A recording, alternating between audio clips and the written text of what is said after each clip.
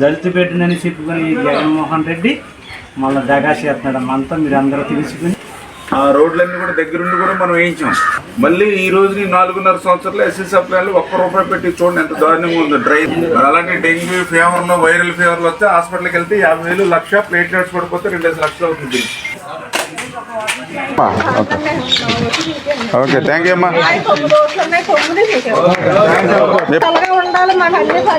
చేసి పెడతాము తప్పనిసరి.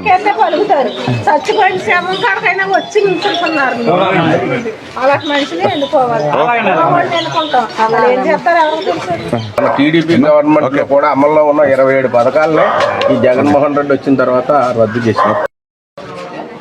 అమ్మా బాగున్నారా? ఏం చేస్తున్నారు? రేషన్ కార్డులు ఏమి లేదు సార్, తిరిగామండి. అసలు ఏమీ లేదండి, గవర్నమెంట్ ఏమీ అప్లై చేయట్లేదు అనమాట. 3 నెలలు ఒప్పు పట్టండి, మీకు బంగారుపల్లెంలో పట్టుకొచ్చి మీకు రేషన్ కార్డు ఇస్తాము. రేషన్ కార్డు ఎప్పుడైతే వచ్చిందో అప్పుడు వితంతు పెన్షన్ వస్తుంది. మీకు చేసి పెట్టి బాధ్యత నాది. అంటే ఎవరైతే మనం ఓట్లేసి గెలిపించామో వాళ్ళ మీదే కక్ష సాధిస్తున్న పరిస్థితి వాళ్ళ ప్రభుత్వం మీద ఉంది. మళ్ళీ వన్ సైడ్ గా నువ్వు దొరికింది కానీ వాళ్ళు. మామగారు టిఫిన్ చేశారా? తిన్నారా? ఏం చదువుతున్నావు అమ్మా? 6th క్లాసా? ఎక్కడ? బాగా చదువుకో. ఓకే, ఎక్స్ప్లెయిన్ చేసి ఓకే. అప్పుడు ఇచ్చామా డబ్బులు? ఎంత ఇచ్చాము? 2,50,000. 4.5 సంవత్సరాలు ఎక్కడైనా ₹1 ఇచ్చారేమో అడగండి మీ వార్డులో జగన్మోహన్ రెడ్డి గారు. అదే ఎస్సీల పట్ల ఎన్ని పథకాలు రద్దు చేశారన్నదే తెలుగుదేశం ప్రభుత్వం. మీరే ఇచ్చారండి రాయించి నాకు. ఇప్పుడు ఇవ్వలేదండి. 500 ఇల్లేనండి. ₹500 కడితే 15 లక్షల రూపాయల ఫ్లాట్ ఫ్రీ కదా మీకు? ఇల్లు ఇచ్చేద్దరు. నిమ్మనారాయణరావు గారు అని అదే బాధపడి పోరాడుతున్నాం. మొన్న కూడా November 15 పెద్ద కార్యక్రమం చేశాం కదా. మమ్మల్ని అరెస్ట్ చేస్తున్నారు కానీ ఇల్లు ఇవ్వడానికి మనసు.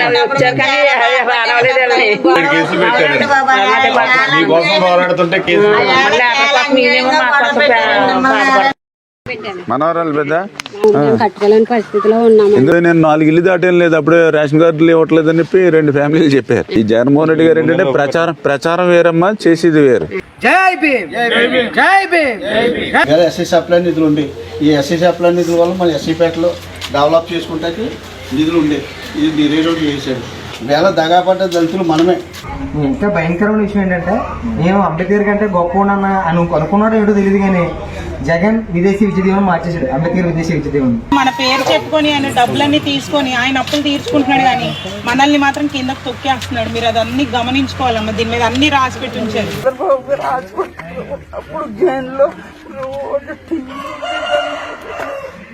ఎప్పుడు వచ్చినామా మీకు కరోనా? 2020 గడ్డి ఉండలేదండి. 12 ఒంటి గంట దాకా బయట ఉండిపోయామండి. ఆయన మళ్ళీ నిమ్మలాయ్ గారికి చేస్తే ఇచ్చారండి.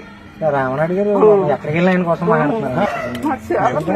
అందులోకి మన దళితులందరికీ ఇంకా కొంచెం ఎక్కువ ప్రేమ ఎక్కువ చూపిస్తారు. ఎక్కడికి వెళ్ళినా సరే పార్టీలకి, కులాలకి, మతాలకి అతీతంగా ఇక్కడ ఉన్నటువంటి స్థానిక ఎమ్మెల్యే గారు మరి ఆయన పనులు చేశారనే విషయం మాకు ప్రతి కార్యక్రమంలో కూడా మాకు తెలుస్తుంది. ప్రతి ఒక్కరు కూడా ఒక్కటే చెప్తున్నారు, ఏమండి మాకు ఎందుకు వచ్చారు, ఇప్పుడు దేనికోసం వచ్చారు, మీరు చెప్పాల్సిన పనే ఉంది, మేము ఖచ్చితంగా నష్టపోయాం కదా, మేము ఖచ్చితంగా టీడీపీని జనసేన గెలిపించుకుంటాం, ఈ వైఎస్ఆర్ మాకు వద్దు, ఇప్పుడు గడిచిపోతాయని ఎదురు చూస్తున్నామని వాళ్ళు మాట్లాడుతున్నారు. ఏ ఇంటికి వెళ్ళినా కూడా మరి ఏ వీధికి వెళ్ళినా కూడా ఈ 4.5 సంవత్సరాల్లో జగన్మోహన్ రెడ్డి పాలనలో విసిగెత్తిపోయినటువంటి దళితులు కనిపిస్తున్నటువంటి పరిస్థితి.